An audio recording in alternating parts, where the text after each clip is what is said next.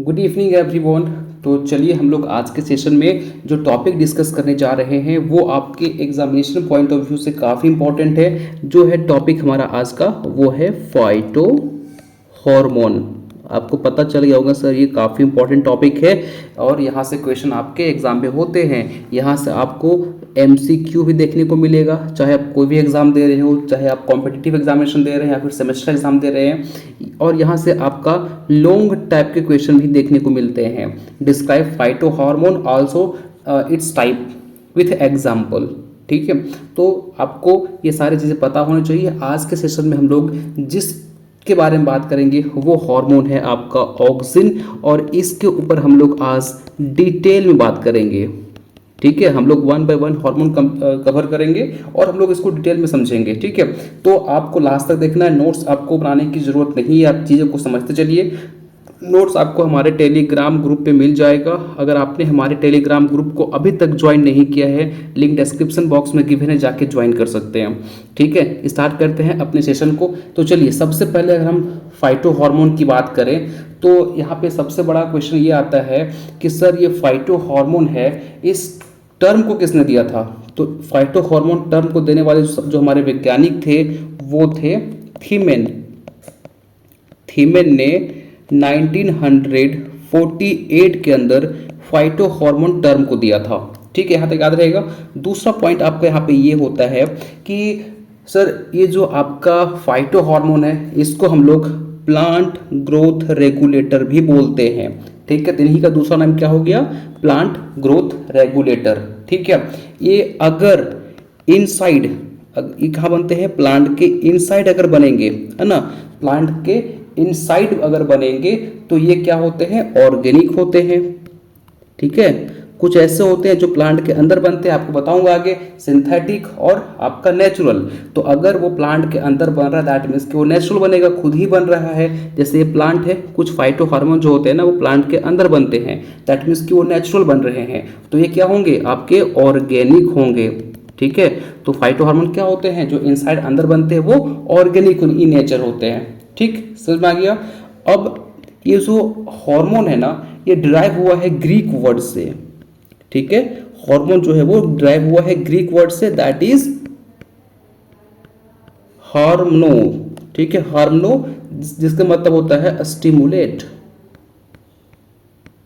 ठीक है, इतनी बातें समझ में आई। अभी तक हम लोगों ने क्या क्या बातें की, इसके फटाफट रिकॉल करते हैं। आपको इन बिटवीन लेक्चर ही याद करनी है, बात के लिए कुछ भी नहीं। सबसे पहले मैंने आपको बताया फाइटो हार्मोन टर्म को देने वाले जो वैज्ञानिक थे वो थीमेन थे। 1948 के अंदर इन्होंने इस टर्म को दिया था, है ना। इन्हीं का दूसरा नेम क्या है? Plant growth regulator. ये बनते कहाँ हैं? ये हमारे सर इनसाइड प्लांट के अंदर भी बनते हैं, दैट मीन्स कि ये नेचुरली भी बनते हैं, इनको हम सिंथेटिकली भी लेबोरेटरीज में प्रिपेयर करते हैं। बट अगर ये प्लांट के अंदर बन रहे हैं तो ऑर्गेनिक नेचर के होंगे। ठीक है, ये जो है वो ग्रीक वर्ड से ड्राइव हुआ है हार्मनो, जिसका मतलब होता है स्टिमुलेट। यहाँ तक क्लियर हो गया? ठीक है, चलिए, आपको नोट डाउन कुछ भी नहीं करना है, मैं बार बार बोल रहा हूँ, आपको सिर्फ समझना है और ट्राई करना है कि इन बिटवीन लेक्चर ही याद कर लें। आपको पूरा का पूरा नोट्स डिटेल में मिल जाएगा हमारे टेलीग्राम ग्रुप पे। ठीक है, नाउ अगर हम बात करें पीजीआर की तो ये दो टाइप का होता है। एक होता है आपका ग्रोथ प्रोमोटर, नेम से पता चल रहा है, जो ग्रोथ को क्या करता है? प्रमोट करता है, मतलब ग्रोथ को बढ़ावा देता है। एक होते हैं आपके ग्रोथ इनहिबिटर। इनहिबिटर का मतलब क्या हो गया? ये ग्रोथ को सप्रेस करेंगे, बढ़ने नहीं देंगे। ठीक है, तो ग्रोथ प्रमोटर जो होते हैं वो हार्मोन आपका क्या हो गया? ये देखिए, जैसे इसके अंदर आपका ऑक्सिन आता है, इसके आपका GA3 आता है, जिब्रालिक एसिड, इसके अलावा आपका साइटोकाइनिन आता है। ठीक है, तो कई बार आपका यहाँ से एक नंबर क्वेश्चन पूछ लिया जाता है, which one of the hormone is growth promoter. ठीक है, तो ग्रोथ प्रोमोटर में आपका 3 आता है, ऑक्सिन, जिब्रेलिक एसिड और साइटोकाइनिन। और जो ग्रोथ को इनहिबिट करते हैं वो हो गया आपका एब्सिसिक एसिड। दूसरा आपका आ गया इथाइलिन C2H4, इसी को क्या बोलते हैं? इथाइलिन। ठीक है। ये क्या करते हैं, ग्रोथ को इनहिबिट करेंगे, बढ़ने नहीं देंगे, ठीक है, याद रहेंगे। तो टोटल हमारे 5 टाइप के फाइटो हार्मोन होते हैं। एक हो गया आपका ऑक्सिन, जिबरेलिक एसिड और साइटोकाइनिन। ये क्या करते हैं, ग्रोथ को प्रमोट करते हैं, बढ़ावा देते हैं। और जो ग्रोथ को इनहिबिट करेंगे वो कौन हो गया, आपके एब्सिसिक एसिड और इथाइलिन, याद रहेगा, ठीक है। यहाँ से डायरेक्ट आपका 1 से 2 क्वेश्चन पूछा जाता है। ठीक, आगे बढ़ते हैं। हम लोग को क्या करना है कि 1 बाय 1 हम लोग हार्मोन को डिस्कस करेंगे और डिटेल में डिस्कस करेंगे कि ठीक है, वहां से आपका एक भी क्वेश्चन कैसे भी पूछे छूटेगा नहीं और समझते हुए चलेंगे। आज हम लोग जिस हार्मोन के बारे में डिस्कस करेंगे वो है ऑक्सिन, ठीक है। आप ऑक्सिन हार्मोन पढ़ने के बाद प्रीवियस ईयर के क्वेश्चन पेपर कोई भी उठा लीजिएगा, आपके सारे क्वेश्चन बनेंगे, ठीक है। इतने डिटेल में हम लोग चीज़ों को समझेंगे। नौ, अगर आप सेमेस्टर में भी हैं तो आपको इतना कंटेंट मिल जाएगा कि आप अच्छे से एग्जाम में लिख सकते हो, ठीक है। याद करने की जरूरत आपको पड़ेगी नहीं, बस अगर समझते चलेंगे तो। नौ, बात करते हैं हम लोग पहला हार्मोन के बारे में जो है ऑक्सिन। नौ, ऑक्सिन जो होता है ना आपका 2 टाइप का होता है भाई, है ना। एक होता है आपका नेचुरल, जो नेचुरली बनता है, प्लांट के अंदर बनता है या फिर नेचुरली बन रहा है, इसमें ह्यूमन का कोई भी इन्वॉल्वमेंट नहीं है। दूसरा है सिंथेटिक, जिसको हम लेबोरेटरी में, फैक्ट्री में प्रिपेयर करते हैं, ठीक है। जो ऑक्सिन हार्मोन नेचुरल होते हैं वो आपका केवल एक होता है इंडोल एसिटिक एसिड, याद रखिएगा। ये इकलौता ऐसा हार्मोन है जो नेचुरली बनता है। दैट मीन्स ये कैसा होगा, ये ऑर्गेनिक नेचर का होगा, ठीक है ना भाई। याद रहेगा कि हमारा ऑक्सिन हार्मोन 2 टाइप का होता है, नेचुरल और सिंथेटिक। नेचुरल जो प्लांट के अंदर बन रहा है वो एक ही होता है, that is called indole acetic acid, और कैसा होता है, ऑर्गेनिक नेचर का होता है। दूसरा जो सिंथेटिक है इसमें आपका कई सारे एग्जांपल है, इंडोल ब्यूटारिक एसिड आ जाएगा, नेप्थिलिन एसिटिक एसिड आएगा, इसके अलावा 2,4-D आ जाएगा। देखो अब कई लोगों को लग रहा होगा सर 2,4-D तो हम पढ़े हैं कि ये एक तरह का हर्बिसाइड होता है, तो आपको पता होनी चाहिए, कहीं आप इसको नोट डाउन कर लीजिएगा कि 2,4-D यहाँ से क्वेश्चन आपका जो बिहार में BA एग्जाम हुआ था ना, वहाँ पे क्वेश्चन पूछा गया था। 2,4-D जो है आप याद रखिएगा, अगर आप 20 ppm पार्ट्स पर मिलियन, ठीक है, 20 ppm से कम दोगे, ठीक है, 20 ppm से कम दोगे 2,4-D, तो ये एक्ट करेगा एज अ हार्मोन। याद रखिएगा इस चीज़ को, ठीक है, कि अगर आप 2,4-D का स्प्रे 20 ppm से कम कर रहे हैं तो ये हार्मोन की तरह एक्ट करता है, और 20 ppm से ज़्यादा अगर डाल दोगे तो ये हर्बिसाइड की तरह काम करेगा। ये डेटा आप याद रखिएगा कि 20 ppm से कम तो हार्मोन की तरह काम करेगा।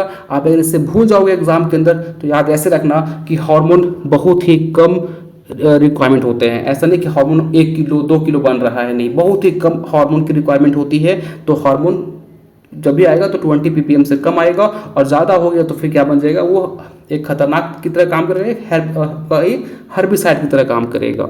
ठीक, यहाँ तक क्लियर हो गया। 9, इसके अलावा और भी एग्जाम्पल है, क्या क्या है भाई देख लो। और ठीक है, 2,4-D हो गया। इसके अलावा आपका आ जाएगा that is called MH maleic hydrazide, इसके अलावा TIBA। ये सारे जो है वो सिंथेटिक हार्मोन है, और इस सारे को हम लेबोरेटरी के अंदर प्रिपेयर करते हैं। और ये कैसे नेचर के होंगे, ये इनऑर्गेनिक नेचर के होंगे, ठीक है। याद रहेगा ये चीज़ें, यहाँ से भी आपका 1 से 2 क्वेश्चन आता है, खासकर ये वाला, ठीक, याद रहेगा। चलिए आगे बढ़ते हैं। कुछ आपको मैं फैक्ट लिखाता हूँ, उसको आप याद कर लीजिएगा। वैसे भी तो मैं आपको नोट्स में दे ही दूंगा, बट ट्राई करना इसको आप याद करने का और समझने का, ठीक है।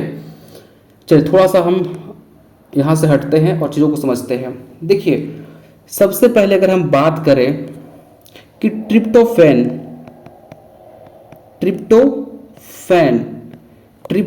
जो है एक तरह का एमिनो एसिड है।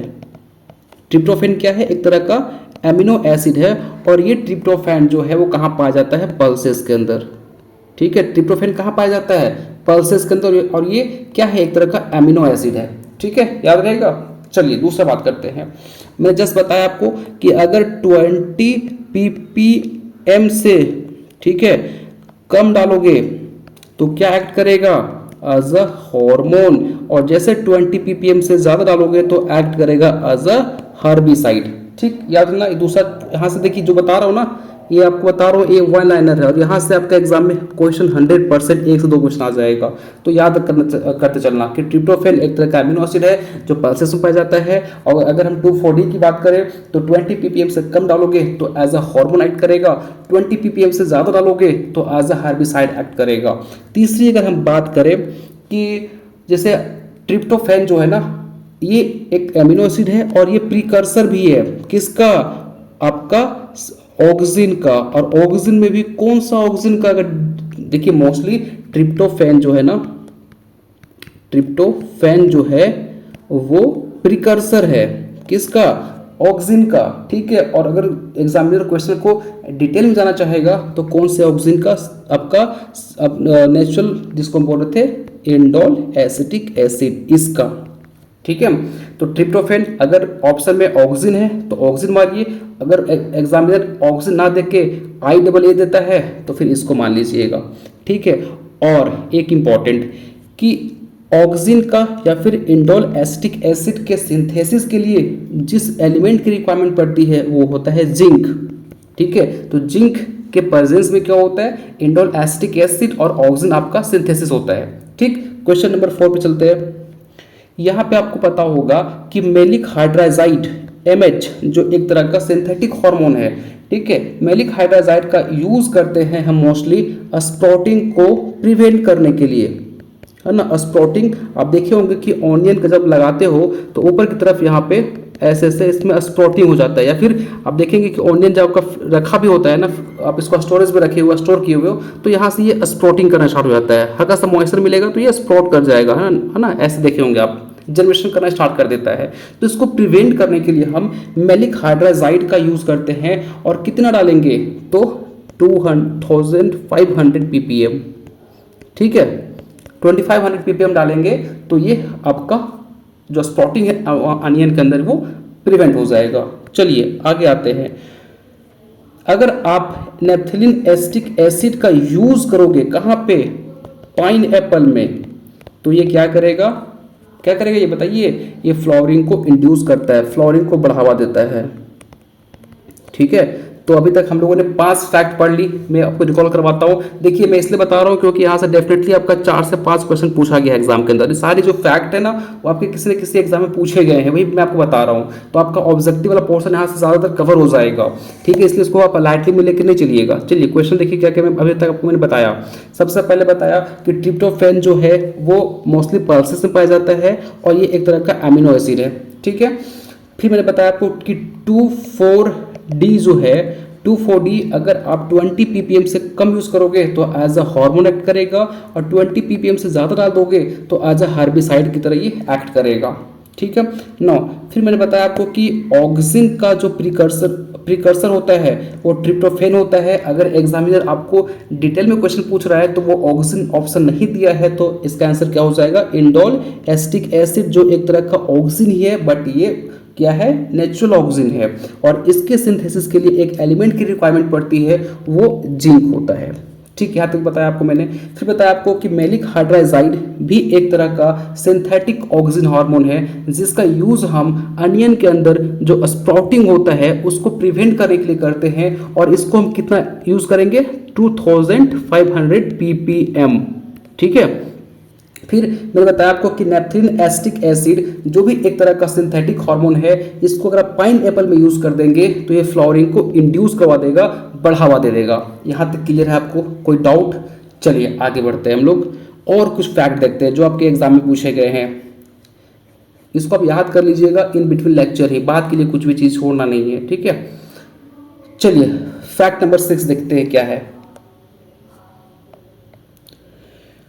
यहाँ पे देखिए मैंगो में आपको पता है कि मैंगो माल फॉर्मेशन एक तरह का डिजीज होता है। ठीक है, आप यूट्यूब पे सर्च कीजिएगा मैंगो माल फॉर्मेशन, आपको दिखाई पड़ेगा कि मैंगो के अंदर ये गुच्छे बन जाते हैं। तो ठीक है, इसको कंट्रोल करने के लिए भी हम नेप्थलीन एसिटिक एसिड का यूज करते हैं। तो नेप्थलीन एसिटिक एसिड का मैंने बताया, एक तो आप इसको डाल दोगे पाइन एप्पल में तो ये क्या करेगा, फ्लावरिंग को इंड्यूस कर देगा। दूसरी बात, इसको अगर आप डाल दोगे मैंगो के अंदर, ठीक है, तो ये मैंगो माल फॉर्मेशन को प्रिवेंट कर देगा। लेकिन बात ये उठता है कि सर कितना डालेंगे, तो यहाँ पे आपको डालना है 200 ppm। ठीक है, यहाँ तक क्लियर हो गया। चलिए अब बात करते हैं हम लोग कि सर अगर हमें लेटरल बर्ड ग्रोथ करवाना है, ठीक है, अगर हमें लेटरल बर्ड ग्रोथ करवाना है तो उसके लिए हम लोग को साइटोकाइनिन हार्मोन को डालना होता है। साइटोकाइनिन क्या करेगा, अभी फिलहाल जो क्वेश्चन पूछा गया था वो बता रहा हूँ, इसके हम फंक्शन पढ़ेंगे डिटेल में, ठीक है। अभी आपको बस इतना समझते चलिए कि आपको रफ आइडिया मिल जाएगा। साइटोकाइनिन क्या करता है, लेटरल बर्ड ग्रोथ करवाता है, लेटरल बर्ड क्या करवाता है, ग्रोथ करवाता है। ठीक है, 8वां फैक्ट पे चलते हैं। जैसे मान के चलिए कि आप शुगर केन लगाए, ठीक है, शुगर केन लगा दिए। अब आप चाह रहे हो कि शुगर केन के अंदर हमारा जो सुक्रोज का कंटेंट है वो बढ़ जाए, तो उसके लिए हम किस हार्मोन का स्प्रे करेंगे, डायरेक्ट क्वेश्चन पूछा गया है। तो याद रखना उसके लिए हम जिब्रेलिक एसिड का यूज करते हैं। अगर आप ये शुगर केन के ऊपर जिब्रेलिक एसिड का स्प्रे कर दोगे तो ये क्या होगा, सुक्रोज का कंटेंट बढ़ जाता है शुगर केन के अंदर। ठीक है, याद रहेगा यहाँ तक, कोई दिक्कत। चलिए अगला क्वेश्चन कि सेल इलोंगेशन, सेल इलोंगेशन के लिए कौन सा हार्मोन रिक्वायर्ड होता है, तो सेल इलोंगेशन के लिए भी आपका जिब्रेलिक एसिड ही रिक्वायर्ड होता है। ठीक है, और अगर हमें जो आपका बेरी हो गया या ग्रैप्स हो गया, तो बेरी का ग्रैप्स का अगर हमें साइज इंक्रीज करवाना है तो उसके लिए भी हम जिब्रेलिक एसिड का ही यूज करेंगे। जैसे मान के चलिए कि आपका बेरी का साइज इतना हो गया, तो उसके लिए क्या करेंगे, जिब्रेलिक एसिड का स्प्रे कर देंगे। ठीक है, अगला सीड जर्मिनेशन में, सीड जर्मिनेशन में भी देखेंगे आपका जिब्रेलिक एसिड बहुत बड़ा रोल प्ले करता है। ठीक है, अब यहां तक कोई दिक्कत। 5 फैक्ट हम लोगों ने पहले पढ़ लिए थे, उसके बाद हम लोगों ने 5 फैक्ट पढ़ा। यहाँ पे हम लोगों ने क्या क्या पढ़ लिया कि भाई निफ्थैलिन एसिटिक एसिड जो है उसको अगर आप पाइनएप्पल में यूज करोगे तो फ्लावरिंग को इंड्यूस कर देगा, मैंगो में डालोगे तो मैंगो माल फॉर्मेशन की जो डिजीज होती है उससे प्रिवेंट करेगा। 200 ppm को स्प्रे करना होता है। साइटोकाइनिन जो है वो लेटरल बर्ड ग्रोथ को प्रमोट करता है। जिब्रेलिक एसिड जो है वो सुक्रोज को बढ़ा देगा शुगर केन के अंदर। ठीक है, सेल इलोंगेशन के लिए भी हमारा जो जिब्रेलिक एसिड है वो यूज किया जाता है। बेरी का साइज बढ़ाने के लिए या फिर ग्रैप्स का साइज बढ़ाने के लिए भी हम जिब्रेलिक एसिड का यूज करते हैं। और सीड के जर्मिनेशन में भी हमारा जिब्रेलिक एसिड जो है वो मेजर रोल प्ले करता है। यहां तक क्लियर हो गया। चलिए आगे वाला फैक्ट की तरफ हम बात करते हैं। देखो फ्रेंड्स, मैं इसलिए बता रहा हूं ना कि आप पूरा हार्मोन पढ़ लोगे, ठीक है, और अगर ये वाला पोर्शन आपको याद रहेगा जो मैं बता रहा हूँ तो आपका क्वेश्चन गलत नहीं होगा। कई बार वो क्या करता है एग्जामिनर, आपका उस टॉपिक से क्वेश्चन आप पूछ के यहाँ से क्वेश्चन पूछ देता है, तो मैं बता रहा हूँ उसको याद करने की कोशिश करना। ठीक है, चलिए नौ फैक्ट नंबर 12, एक हार्मोन है, यहाँ से देखेंगे तो आपका एएफओ नबार्ड आपके बीएचयू एग्जाम में भी क्वेश्चन पूछा गया है। क्या आपको पता है कि जवान हार्मोन किसको बोलते हैं, जवान, हाँ, जो आपके जो एक आप जो भी क्या आप यंगस्टर हो ना, जवान हो ना, तो हम एक हार्मोन है जिसको जवान हार्मोन बोलते हैं। कौन सा है वो हार्मोन जरा बताइए। या ऑफकोर्स आप सही बोल रहे हो सर, जो आप जवान हार्मोन बोल रहे हैं ना वो साइटोकाइनिन होता है सर। साइटोकाइनिन को हम लोग जवान हार्मोन बोलते हैं क्योंकि ये प्रिवेंट करता है, क्या प्रिवेंट करता है, लीफ को येलो होने से। ठीक है, मतलब कहने का सेंस ये हो गया कि मान के चलिए आपके अंदर कोई ऐसा हार्मोन है जो आपके बाल पकने से आप कैसे देखते हो कि ये बूढ़ा हो गया, मतलब मोस्टली उसका थोड़ा फेस पे झुर्रियाँ आ गई है, थोड़ा मतलब बाल पक गया है, तो अब मान लेते हो कि थोड़ा सा बूढ़ा है, एज इसका हो रहा होगा। ठीक है, मोस्टली बाल पक रहा है तो ठीक है, लेकिन फिलहाल वो तो अलग कंसेप्ट हो गया कि बच्चे का ही बाल पकने लगा, वो अलग मैटर है, लेकिन मोस्टली हम बाल पका हुआ है दैट मीन्स कि वो एजिड होगा। ठीक है, इसी तरीके से अगर लीफ का जो पत्ता है वो पीला हो गया दैट मीन्स कि थोड़ा सा वो एजिड टाइप का हो गया। तो ये साइटोकाइनिन क्या करता है, जो आपके प्लांट होते हैं उनको जवान बना के रखने में हेल्प करता है। दैट मीन्स कि वो प्रिवेंट करता है येलोइंग को और प्रमोट करता है ग्रीन को, वो प्लांट को ग्रीन रखने में हेल्प करता है। इसलिए हम साइटोकाइनिन को जवान हार्मोन के साथ साथ क्या बोलते हैं, रीग्रीनिंग हार्मोन, रीग्रीनिंग हार्मोन भी बोलते हैं। ठीक है, साइटोकाइनिन को। यहाँ से क्वेश्चन आप देखेंगे प्रीवियस से क्वेश्चन, तो एएफओ चाहे आपका नबार्ड हो चाहे आपका इफको हो, यहाँ से क्वेश्चन पूछा है। ठीक है, बीएचयू भी पूछा गया है, तो याद रखिएगा साइटोकाइनिन को हम लोग जवान हार्मोन बोलते हैं। ठीक है, नो क्वेश्चन नंबर 13 देखिएगा। अब एक हार्मोन ऐसा भी है भाई, देखो होता है ना कि एक दोस्त भी होते हैं, दुश्मन भी होते हैं। तो अब साइटोकाइनिन जवान करने में हेल्प कर रहा है, लेकिन एक हार्मोन होता है जो बुढ़ापा की तरफ इशारा करवाता है, वो कौन है? इथाइलिन। मैंने आपको पहले बताया था कि इथाइलिन जो है वो ग्रोथ को इनहिबिट करता है, तो ये नहीं चाहता है कि पत्ता ग्रीन हो, तो ये ग्रीनिंग को प्रिवेंट करता है और इंड्यूस करता है येलोइंग को। इसलिए इसको हम क्या बोलते हैं? D grinning. ठीक है, डी ग्रीनिंग हार्मोन बोलते हैं। तो री ग्रीनिंग किसको बोलते हैं? साइटोकाइनिन को। और डी ग्रीनिंग किसको बोलते हैं? इथाइलिन को। ठीक है, 14 नंबर पे आइए। अब एक हार्मोन है जो कि सेल डिवीजन करवाता है। ठीक है, ये भी पूछा क्वेश्चन आपको मोस्टली पूछा जाता है कि सेल डिवीजन में कौन सा हार्मोन रोल प्ले करता है। तो याद रखिएगा, साइटोकाइनिन जो है ना वो एक ऐसा हार्मोन है जो सेल के डिवीजन में रोल प्ले करता है। ठीक है, जो 15 नंबर आप जो अपना लास्ट होगा, याद रखिएगा कि ABA that is called abscisic acid, ये एस्टोमेटा को क्लोज करने में हेल्प करता है। जब बाहर एडवर्स क्लाइमेट आ जाएगा ना, तो ये क्या करता है? एबीए हार्मोन ये सिंथेसिस होगा। मोस्टली ये एरिड रीजन में देखता है कि पानी कमी हो रही है, तो ये क्या करता है? आपका एबीए हार्मोन सिंथेसिस हो जाएगा और ये स्टोमेटा को क्लोज कर देगा, जिससे क्या होगा? ट्रांसप्रेशन जो है वो रिड्यूस हो जाएगा, तो पानी का लॉसेस भी कम हो जाएगा। ठीक है, तो एबीए जो है वो स्टोमेटा को क्लोज करने में हेल्प करता है। सेल के डिवीजन में आपका साइटोकाइनिन हेल्प करता है। इथाइलिन जो है वो उसको हम डी ग्रीनिंग हार्मोन बोलते हैं, और ये मोस्टली एलोइन को इंड्यूस करता है। ठीक है, और जवान हार्मोन हम साइटोकाइनिन को बोलते हैं, ये ग्रीनिंग बना के रखने में हेल्प करता है, इसलिए इसे हम रीग्रीनिंग बोलते हैं। इज इट क्लियर यहाँ तक? ये सारे फैक्ट, वो फैक्ट नहीं बोल सकते हो, ये सारे एग्जाम के क्वेश्चन हैं जो मैंने आपको फैक्ट के फॉर्म में बताए। ठीक है, आपको हो सकता है ये सब चीज़ें याद होंगी या फिर आपको याद हो गया होगा, नहीं भी हुआ तो आपको मैं नोट्स में दे दूंगा।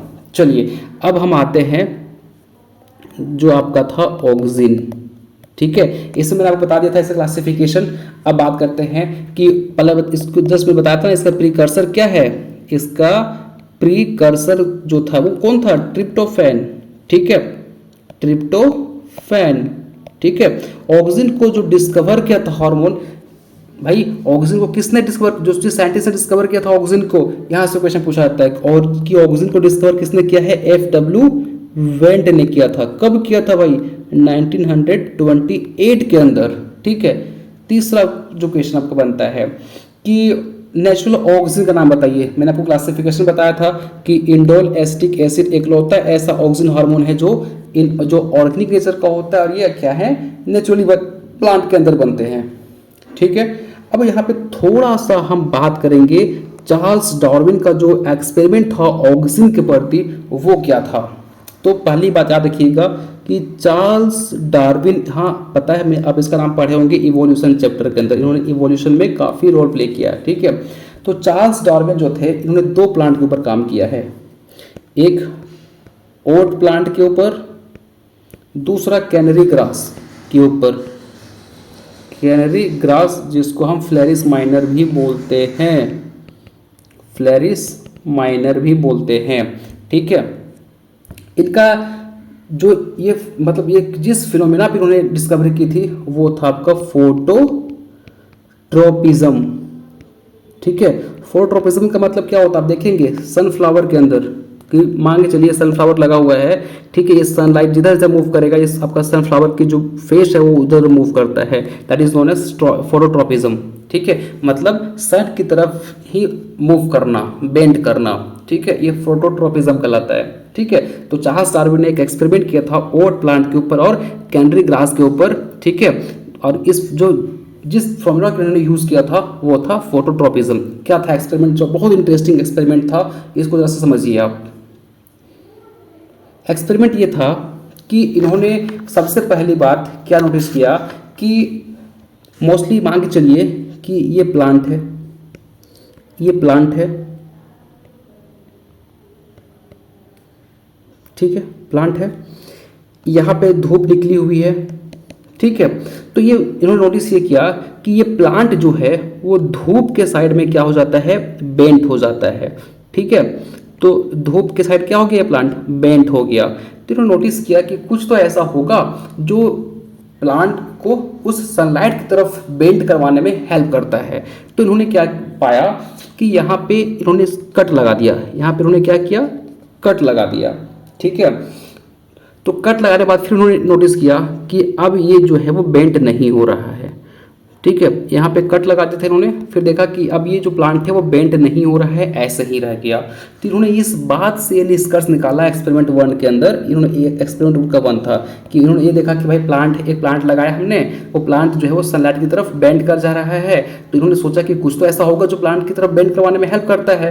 तो इन्होंने इसका प्लांट के पोर्शन को कट कर दिया, देखा कि प्लांट जो है वो अब बेंड नहीं कर रहा है। तो इन्होंने ये पाया कि कुछ इसके एपिकल पोर्शन पे, मतलब ऊपरी सतह पे कुछ ऐसा चीज है जो रिस्पॉन्सिबल है इसको बेंड करवाने के लिए। फिर उन्होंने एक्सपेरिमेंट 2 के अंदर क्या किया, यहाँ से जो बेंड करवा रहा था वो था ऑक्सिन हार्मोन। तो इन्होंने क्या किया एक्सपेरिमेंट 2 के अंदर कि यहाँ पे थोड़ा सा प्लांट है, ठीक है, प्लांट है, ये पोर्शन बेंड कर रहा था सनलाइट की तरफ, तो यहाँ पे थोड़ा सा कट लगाया और इसको अगार प्लेट के अंदर ये ऑक्सिन हार्मोन को इन्होंने कोलेक्ट कर लिया, ठीक है। फिर क्या किया इन्होंने, फिर ये क्या किए, इसके इस वाले पोर्शन को कट कर दिए। अब कट करने के बाद क्योंकि इसमें ऑक्सीजन ऊपर खत्म हो गया, है ही नहीं है, तो अब क्या ये बेंड करेगा, नहीं करेगा, तो बेंड नहीं कर रहा था। फिर उन्होंने जो ऑक्सीजन हार्मोन को कलेक्ट किया था अगार प्लेट के अंदर, उसको इसने इस पे क्या किया, डाल दिया। अब डालने के बाद क्या देखे कि ये जो है वो फिर अगेन सनलाइट की तरफ बेंड करना शुरू कर दिया।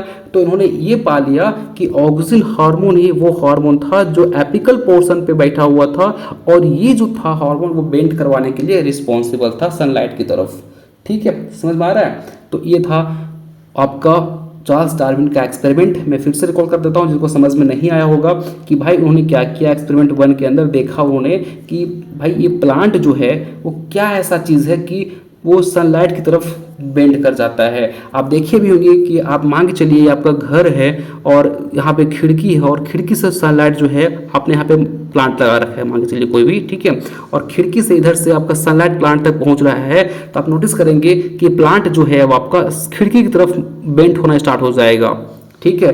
तो यही चीज़ उन्होंने देखा था, तो सोचा कि ऐसा क्या चीज़ है जो इसको उधर की तरफ बेंड करने में मदद कर रहा है। तो इन्होंने क्या किया, यहाँ से कट लगा दिया, देखा कि प्लांट हमारा बेंड ही नहीं कर रहा है। तो इन्होंने ये चीज़ पाया कि उसकी मतलब ऊपर ही कुछ ऐसा चीज़ है जो कि इसको हेल्प कर रहा है।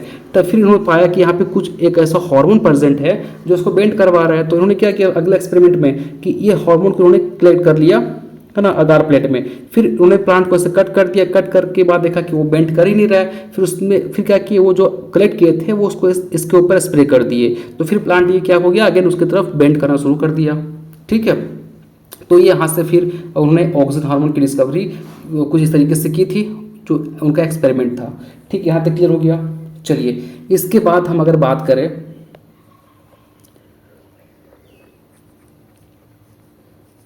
ये था चार्ल्स डार्विन का एक्सपेरिमेंट प्लांट के ऊपर जो उन्होंने की थी।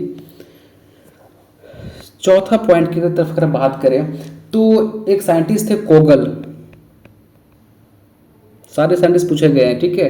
कोगल नाम के एक साइंटिस्ट थे जिन्होंने ये देखा कि ह्यूमन के यूरिन के अंदर भी ये हार्मोन थोड़ा सा प्रेजेंट होता है, थोड़ा अमाउंट में आपको ये देखने को मिला, ठीक है। तो कोगल नाम के साइंटिस्ट ने ऑक्सिन हार्मोन को कहाँ डिस्कवर किया था, ह्यूमन के यूरिन में, ठीक है। चलिए 5वां पॉइंट, टर्म ऑक्सिन किसने दिया है भाई, डिस्कवर तो F.W. वेंट ने की थी। जो आपका एक्सपेरिमेंट था फोटोट्रॉपिज्म मैकेनिज्म को यूज करके, वो चार्ल्स डार्विन ने किया था, ठीक है। टर्म किसने दिया है, याद रखिएगा, टर्म ऑक्सिन किसने दिया है, तो वो थे आपके योबूटा एंड सुमकी। ये दो वैज्ञानिक थे जिन्होंने डिस्कवर किया है इस ऑक्सिन हार्मोन को, ठीक है। याद रहेगा यहाँ तक, कोई दिक्कत यहाँ तक नहीं ना। चलिए एक नोट करके एक चीज़ समझ लीजिए, बात यह है कि कोई भी टेस्ट या फिर कोई भी ऐसा केमिकल सब्सटेंस जिसको हम यूज़ करते हैं लिविंग सिस्टम के ऊपर, जैसे मान के चलिए अभी आपको जस्ट बताया ना कि ये प्लांट था, प्लांट लिविंग सिस्टम है, और इसके ऊपर हम जब कोई केमिकल या फिर कुछ हार्मोन का यूज़ करते हैं कुछ टेस्ट करने के लिए, है ना, तो इस प्रोसेस को हम बोलते हैं बायो एसे। तो बायो एसे क्या हो गया, बायो एसे का मतलब ये होता है कि जब कोई केमिकल या कोई हार्मोन या फिर कोई भी टेस्ट हम किसी लिविंग ऑर्गेनिज्म के ऊपर, लिविंग सिस्टम के ऊपर ट्रायल करते हैं तो उसको हम बायो एसे बोलते हैं। ठीक, याद रखिएगा ये चीज़ें। ठीक, यहाँ तक क्लियर हो गया। आगे बात करते हैं हम लोग अब ऑक्सीजन के फंक्शन के बारे में। तो इतनी बातें आपको समझ में आ गई होगी। ऑक्सीजन के बारे में हम लोगों ने काफ़ी डिटेल में बातें करना शुरू किया था। ठीक है, इसकी हिस्ट्री से लेके अब हम आए हैं इसके फंक्शन की तरफ, जो हमारा लास्ट पोर्शन होगा। ठीक है, अब देखिए डिटेल पढ़ने का फ़ायदा ये होता है ना कि आप एक तो कंपटीशन के लिए भी तैयार हो रहे हैं अभी से, आपका बेसिक जो है वो भी स्ट्रॉन्ग हो जाएगा, और आपके सेमेस्टर एग्जाम में अगर क्वेश्चन आता है ना तो आप काफ़ी डिटेल में चीज़ों को एलोबरेट करके लिख सकते हो, तो ये फ़ायदा होता है। अगर हम ऑक्सीजन के फंक्शन की बात करें तो पहला फंक्शन ये होता है कि ये सूट के इलोंगेशन में हेल्प करता है फ्रेंड्स। सूट के इलोंगेशन में ये हेल्प करता है। आप जो प्लांट था इतना से फिर इतना बड़ा हो गया, इतना से फिर इतना बड़ा हो गया, तो क्या कर रहा है, सूट को ये इलोंगेशन करने में हेल्प करता है। पहली बात याद रखिएगा। दूसरा चीज, ठीक है, कि ये शो करता है बेसिपिटल मूवमेंट। ठीक है, ये बेसिपिटल के अलावा एक चीज और शो करता है, बेसिपिटल एंड एक्रोपिटल बोलना बेटर रहेगा ये। तो ये basipetal and acropetal movement show करता है। अब ये सर बेसिपिटल और एक्रोपिटल मूवमेंट क्या होता है? बेसिपिटल का मतलब होता है जब हार्मोन सूट से मूव करे रूट की तरफ, मतलब कि यहाँ पे सूट में बना था और ये मूव कर रहा है रूट की तरफ। ठीक है, तो होता है आपका बेसिपिटल मूवमेंट। एक्रोपिटल मतलब होता है, एक्रो मतलब होता है टिप, जब रूट से मूव करे सूट की तरफ तो वो होता है आपका एक्रोपिटल। क्लियर हो गया? तो ये hormone basipetal and acropetal movement भी शो करता है। तीसरा, अगर हम बात करें तो ये एपिकल डोमिनेंस में भी हेल्प करता है, जो इसका तीसरा फंक्शन हो गया।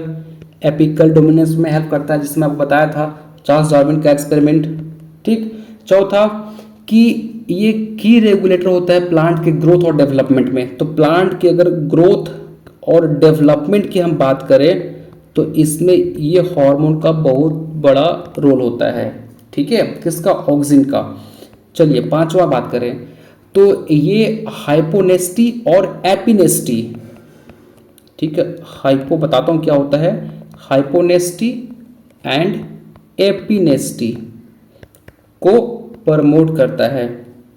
ठीक है, हाइपोनेस्टी और एपिनेस्टी को ये क्या करता है? प्रमोट करता है। अब बात ये आती है कि सर ये हाइपोनेस्टी और एपिनेस्टी क्या होता है? तो देखिए, अगर आपके लीफ जो है, देखिए ये आपका लीफ है, प्लांट है आपका, ये लीफ जो है वो ऊपर की साइड अगर है, अगर लीफ का जो मूवमेंट है वो अपवर्ड डायरेक्शन में है, मतलब ऊपर की तरफ इसका इनका मूवमेंट है, तो ये होता है आपका हाइपोनेस्टी। हाइपोनेस्टी का मतलब कि लीफ जो है वो ऊपर की तरफ आपको दिखाई पड़ेंगे, और एपिनेस्टी का मतलब होता है कि जो लीफ है आपका वो नीचे की तरफ दिखाई पड़ेंगे, कुछ इस तरह से, मतलब उनका जो मूवमेंट है वो नीचे की तरफ दिखने को मिलेगा आपको। तो ये होता है आपका एपिनेस्टी। ठीक है, अगर वो लीफ आपके ऊपर की तरफ है तो हाइपोनेस्टी, और नीचे की तरफ है लीफ आपके डाउन है तो वो क्या कहलाएंगे? एपिनेस्टी। ठीक है, यहां तक समझ गया? तो ये स्टिमुलेट करते हैं हाइपोनेस्टी और एपिनेस्टी को। छठा फंक्शन देखिए क्या है,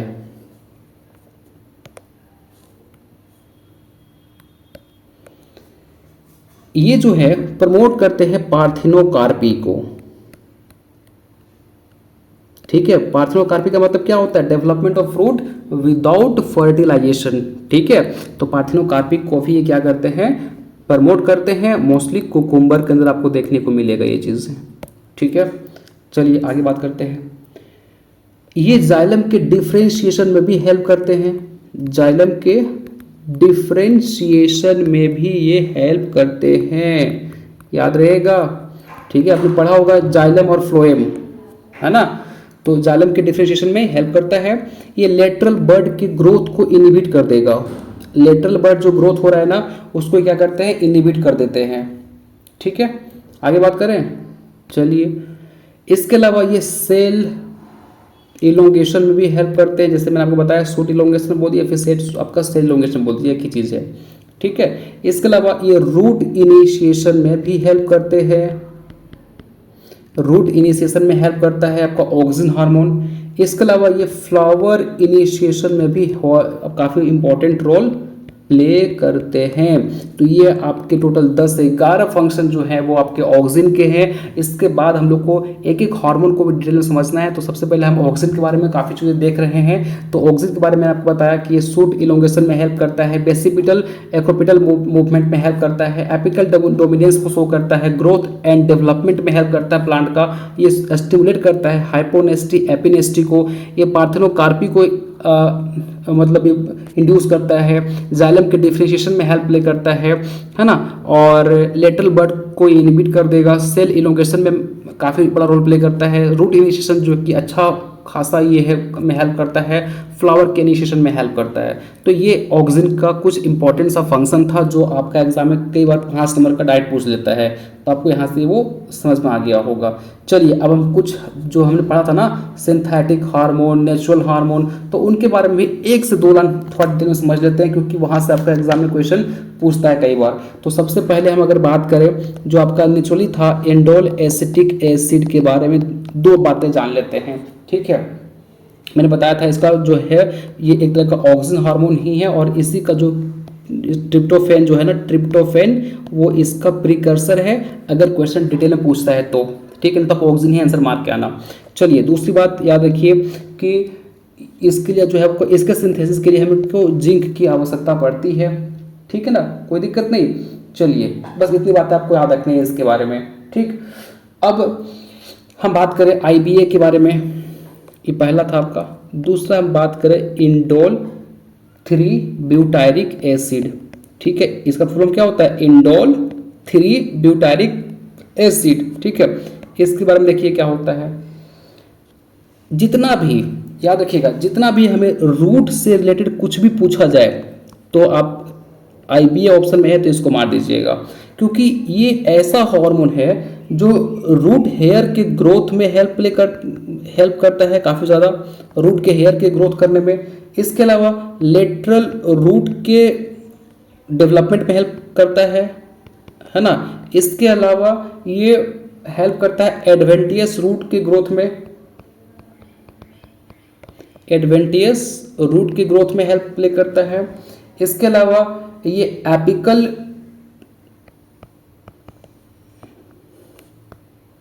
मेरिस्टेम के साइज को जो है वो बढ़ाने में हेल्प करता है। ठीक है, तो देख पा रहे होंगे कि मोस्टली फंक्शन इसका रूट से जुड़ा हुआ है। तो चाहे वो आपका रूट के हेयर का ग्रोथ हो, चाहे वो लेटरल रूट की ग्रोथ हो, चाहे वो एडवेंटियस रूट का ग्रोथ हो, चाहे वो एपिकल मेरिस्टेम का साइज बढ़ाना हो, तो इसके लिए जो है आपका इंडोल 3 ब्यूटारिक एसिड का इंपॉर्टेंट रोल होता है। ठीक है, याद रहेगा यहाँ तक। चलिए आगे बात करते हैं हम लोग। तीसरा जो आपका हार्मोन है that is called naphthalene acetic acid. इसके बारे में आपको मैंने कुछ बातें बताई थी पहले भी, कुछ बातें आपको अब बता देता हूँ। यहाँ मैंने बताया था ना कि पाइनएप्पल के अंदर ये फ्लावरिंग को इंड्यूस करता है। ठीक है, मैंगो के अंदर मैंगो माल फॉर्मेशन को रोकता है। ठीक है, और अगर एक चीज़ बता देता हूँ आपको, कुकुर बीट्स के अंदर इसको, जितना कुकुर बीटेसी फैमिली के क्रॉप्स होते हैं ना, उसके अंदर अगर डाल दोगे तो ये मेल स्टेरिलिटी को कॉज कर देगा। मतलब मेल आपका जो है वो नॉन फंक्शनल या फिर अस्ट्राइल हो जाएगा। ठीक है, तो अगर आप चाहते हो कि आप क्रॉस पोलिनेशन को इंड्यूस करो और जो आपका मेल पार्ट है उसको अस्ट्राइल कर दो, तो आप इसको जो आपके कुकुरबिटेसी फैमिली होते हैं उस पर स्प्रे कर दोगे तो क्या हो जाएगा, मेल अस्ट्राइलिटी कॉज कर देगा ये। ठीक है, इसके अलावा एक चीज़ और नोट कर लीजिएगा। ठीक है, यहाँ से क्वेश्चन पूछा जाता है आपका कि पैक्लो है ना, पैक्लो ब्यूट्राजोल जो है इसका यूज़ हम करते हैं मैंगो में। क्यों करते हैं सर इसका यूज़? इसका यूज़ हम करेंगे ना तो ये क्या करता है, फ्लावरिंग को और फ्रूटिंग को प्लांट के अंदर, जो आपका मैंगो के अंदर बढ़ा देता है। फ्लावरिंग को बढ़ा देगा तो जाहिर सी बात है कि फ्रूटिंग भी बढ़ जाएंगे, है ना।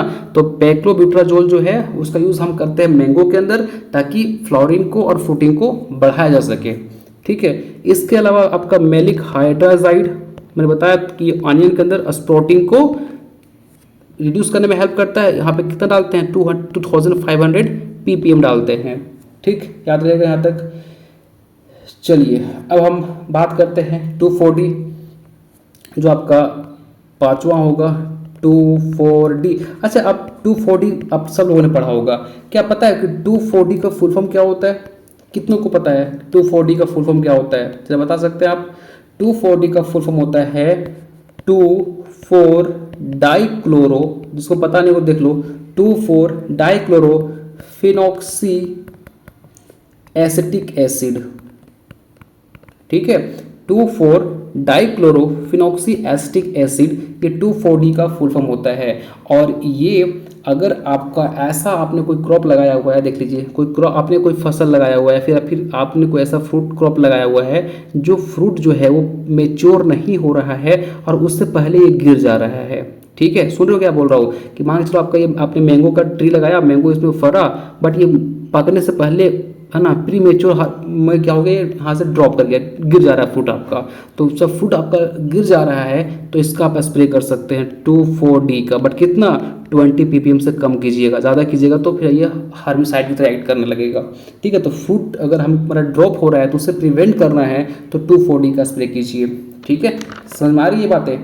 तो यहाँ तक हम लोगों ने कंप्लीट ऑक्सीजन की बातें की, जो कि आपका अप्रॉक्स 40 मिनट लेके चला गया। और अब आपने अगर इस पूरे सेशन को ईमानदारी से लगाया होगा, पूरा कंसेप्ट समझे होंगे, तो आप प्रीवियस ईयर्स के कोई भी क्वेश्चन पेपर लेके देखिए, आपका एक भी क्वेश्चन ऐसा नहीं होगा जो आपसे बनेगा नहीं, ठीक है, क्योंकि मैंने काफ़ी डिटेल में आपको पढ़ा दिया। और जो सेमेस्टर में बच्चे हैं उनके लिए बता दूं कि आपको इतना कंटेंट मिल गया कि अगर 15 मार्क्स का क्वेश्चन आता है या 20 मार्क्स का क्वेश्चन आता है आपका, तो आप एटलीस्ट ऑक्सीजन के बारे में सिर्फ 2 से 2.5 पन्ना लिख सकते हो, ठीक है। इसके बाद तो अभी बाकी हार्मोन बचे हुए, आपके जिबरेलिन एसिड पढ़ना है, भी साइटोकाइनिन पढ़ना है, एबीए पढ़ना है, इथाइलिन पढ़ना है, तो सब उतने डिटेल में नहीं पढ़नी है आपको, बस ज़्यादा क्वेश्चन आपका ऑक्सीजन से आता है, इसलिए मैंने आपको इसको तो काफ़ी डिटेल में पढ़ाया। इसके बाद फिर आपके मतलब हमको लगता है कि एक क्लास और लेंगे तो उसमें सारे के सारे फाइटो हार्मोन आपको कवर हो जाएंगे, ठीक है। तो होप सो गाइस आपको फाइटो हार्मोन का पहला सेशन जो था मज़ा आया होगा, पढ़ के काफ़ी कुछ सीखने को मिले होंगे। जो मैंने आपको एक्स्ट्रा फैक्ट बताया ना, एक्चुअली वो फैक्ट नहीं, अलग अलग एग्जाम में क्वेश्चन पूछे गए हैं वो मैंने बताया आपको, ठीक है। तो आप इसे रिवाइज कीजिए। नोट्स अगर आपको चाहिए होगा तो हमारे टेलीग्राम ग्रुप पे आप ज्वाइन कर लीजिएगा, वहाँ पे आपको नोट्स प्रोवाइड कर देंगे। तो टिल देन मिलते हैं नेक्स्ट वीडियो में। Thank you so much.